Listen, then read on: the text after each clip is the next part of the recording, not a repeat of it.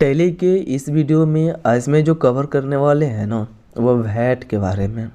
क्योंकि वैट के मैंने ऑलरेडी एक वीडियो को अपलोड कर रखे हैं, पहले आप उस वीडियो को बहुत ही अच्छे से ध्यान से देखिए, उसके बाद ये सेकेंड वीडियो को देखिएगा, ठीक है। तो बात ये है ना कि अगर हमें परचेज वाउचर की एंट्री करना हो वैट के साथ कैसे करेंगे, और यही सारा डिटेल है। तो पहले ये सारे हम डिटेल आपको अच्छे से समझा देते हैं। हमें सबसे पहले करना क्या है ना, टैली को ओपन कर लेना है। तो यहाँ पे तो पता है टैली ERP9 क्या होता है भाई, वर्जन होता है। और पता है आपको वैट के बारे में बहुत ही सिंपल तरीके से बतलाएंगे। सिंपल वैट जो होता है वैल्यू एड टैक्स होता है, जो कैसे कैसे प्रोसेस है पेमेंट करने का। बट हम इसमें आपको पूरे डीपली नहीं बतलाए हैं, हम इसका PDF जब थ्योरी जब कराएंगे ना उसे बहुत ही अच्छे से डीपली बतला देंगे।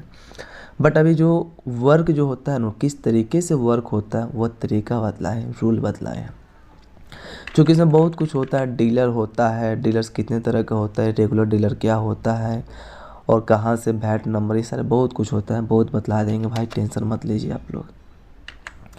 बस आप लोग मेरे चैनल को लाइक शेयर सब्सक्राइब ज़रूर कीजिएगा, और कोशिश करते हैं कि बहुत ही अच्छे से आपको नॉलेज दें।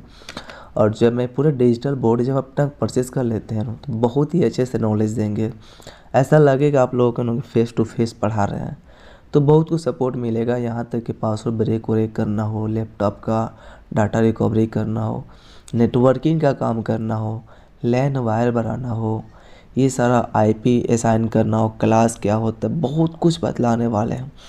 और ये सारे वीडियो का कवर हमने फंडामेंटल में भी कर रखे हैं। फंडामेंटल का नोट्स जब देंगे, जब पढ़ाएंगे तो बहुत ही अच्छे से बतलाएंगे। क्योंकि मैं फंडामेंटल का नोट्स पूरे बना चुके हैं और आपको बहुत ही अच्छे से बतलाएंगे। फंडामेंटल में बहुत कुछ होता है, बहुत बतलाएंगे। बट अभी सिंपल टैली पे बात करते हैं कि हमें करना क्या है कि सबसे पहले टैली को ओपन कर लेना है और हमें एक कंपनी क्रिएट कर लेते हैं। पता है हर बार हम न्यू कंपनी क्यों क्रिएट करते हैं, शुरू से क्यों बतलाते हैं कि आपको बीच में कहीं भी प्रॉब्लम नहीं हो किसी भी तरीक़ा का, इसीलिए हम पूरे शुरू से लेकर लास्ट तक बतलाते हैं। क्लियर। अब हम यहाँ पे एक कंपनी को क्रिएट कर लेते हैं। लिखिए यहाँ पे Mohan sale and service centre, sale and service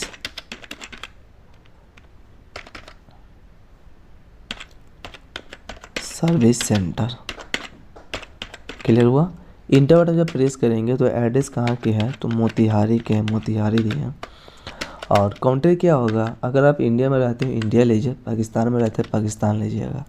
state Bihar, और पिन कोड 845401, और टेलीफोन नंबर जो भी रहेगा पूरा दे दीजिएगा। हम पूरा अच्छा से ये ना कर रहे हैं, एक्सेप्ट हो गया।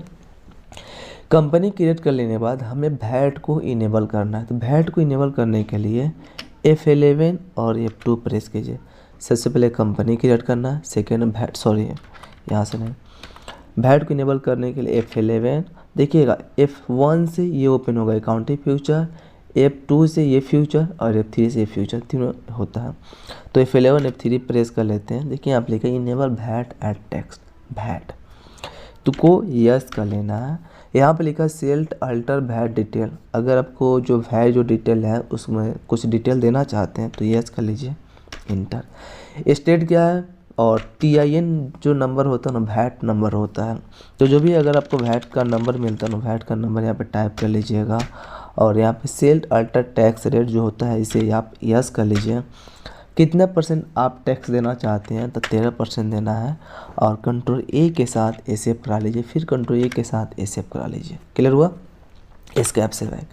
सबसे पहले हमने किया क्या है कि कंपनी क्रिएट करके, और यहाँ पे ये क्या हुआ, वैट इनेबल किए हैं। अब हमें लेजर बनाने लगा है, सब का सब लेजर बनाइएगा। अकाउंट इन्फो और लेजर पे हमने सिंगल मोड में ही लेजर बना लेते हैं। और यहाँ पे लेके सेल अकाउंट है। सेल अकाउंट किसके अंदर में जाता है, तो सेल अकाउंट के अंदर में जाता है। और इसे कंट्रोल A के साथ एक्सेप्ट करा लीजिए। अब हम बनाते हैं परचेज अकाउंट का लेजर। परचेज अकाउंट किसके अंदर में जाता है, परचेज अकाउंट, और यहाँ से इसे एक्सेप्ट करा लीजिए। अब इसमें देखिए सप्लायर कौन है, कस्टमर कौन है, तो रोहन सप्लायर है, प्रकाश कस्टमर है। तो यहाँ लिखिए रोहन सप्लायर, रोहन ऐसा नहीं है, रोहन सप्लायर भी ले सकते हैं या सिर्फ रोहन नाम ही लिख सकते हैं। हम सप्लायर ऐसा लिखें कि पता चले कि वो सप्लायर है। संडे क्रेडिटर के अंदर में जाएगा और वह कहाँ की पाती है, तो ढाका। अगर आप सप्लायर के पूरा डिटेल लिखते हैं ना तो पूरा डिटेल शो करेगा। अगर आप सप्लायर का पूरा डिटेल नहीं लिखते हैं तो पूरा डिटेल नहीं शो करेगा। अब यहाँ पे देखते हैं प्रकाश कस्टमर, जो मान लीजिए संडे डेबिटर के अंदर में जाता है और ये पार्टी कहाँ की है, तो मोतिहारी के हैं। हो गया। अब इसे इंटर बटन प्रेस करके इसे आप एक्सेप्ट करा लीजिए। इतना तो काम क्लियर हुआ। अब हमें वैट का लेजर बनाना है, वैट देना है, ठीक है। और वैट जो आता है ना ड्यूटीज एंड टैक्स के अंदर में आता है। क्लियर। देखिए यहाँ पे जो आप नेम में जो वैट लिख रहे हैं ना वो लेजर होता है और अंडर में जो आप ये सब ले रहे हैं ना वो ग्रुप होता है। तभी तो अगर मान लीजिए कि वैट है और जो ड्यूटी एंड टैक्स के अंदर में जाता है, तो अगर आप वैट लीजिएगा और ये दीजिएगा ये परचेज अकाउंट, तो वहाँ पे यहाँ पे तो एक्सेप्ट हो जाएगा, लेकिन जहाँ पे वैट आप लगाइएगा ना वहाँ पे वैट ऐड ही नहीं हो पाएगा। इसीलिए याद रखिएगा जो जिसके अंडर में लिखा रहता है वो उसी के अंडर में जाना चाहिए। पहले सेल अकाउंट किसके अंदर में जाता है, सेल अकाउंट। देखिए सेल अकाउंट माना होता है बेचना, तभी तो पता चलेगा कि बेचने का काम कर रहा है टैली में, तो सेल अकाउंट के अंदर में, परचेज अकाउंट के अंदर में, सेल पर कस्टमर संडे डेबिटर के अंदर में, सप्लायर का संडे क्रेडिटर के अंदर में। इसी तरह ड्यूटी एंड टैक्स के अंदर में जाता है। इसमें आप जरूर सेलेक्ट कर लीजिएगा वैट, और यहाँ पे कितने परसेंट आप वैट देना चाहते हैं, 30%। हम 13% इसलिए दिए हैं ना कि वहाँ पे बिल में शो करेगा, लिखा हुआ रहेगा 13%, समझ गया, इसीलिए वैट दिया। अब देखिए कि आप जो सिंगल जो लेजर बनाए हैं ना, तो क्रिएट माने क्या होता है, बनाना। डिस्प्ले माने क्या होता है, देखना। अल्टर माने क्या होता है, सुधार करना। तो अगर आप डिस्प्ले पर देखना चाहते हैं तो देखिए पूरे के पूरे लेजर शो कर रहे हैं, बट यहाँ पे हो क्या रहा है कि कैश और प्रॉफिट एंड लॉस हमने तो लेजर क्रिएट कर रखे थे, नहीं किए थे ना, तो शो क्यों करेगी। टैली में अगर कोई पूछे कि मतलब टैली में 2 लेजर खुद बनाना था, कौन कौन, तो कैश और प्रॉफिट एंड लॉस, बाकी खुद सबका बनाना पड़ता है। ये तो हुआ। अब थर्ड में जो बनाते हैं ना इन्वेंट्री इन्फो का काम करते हैं।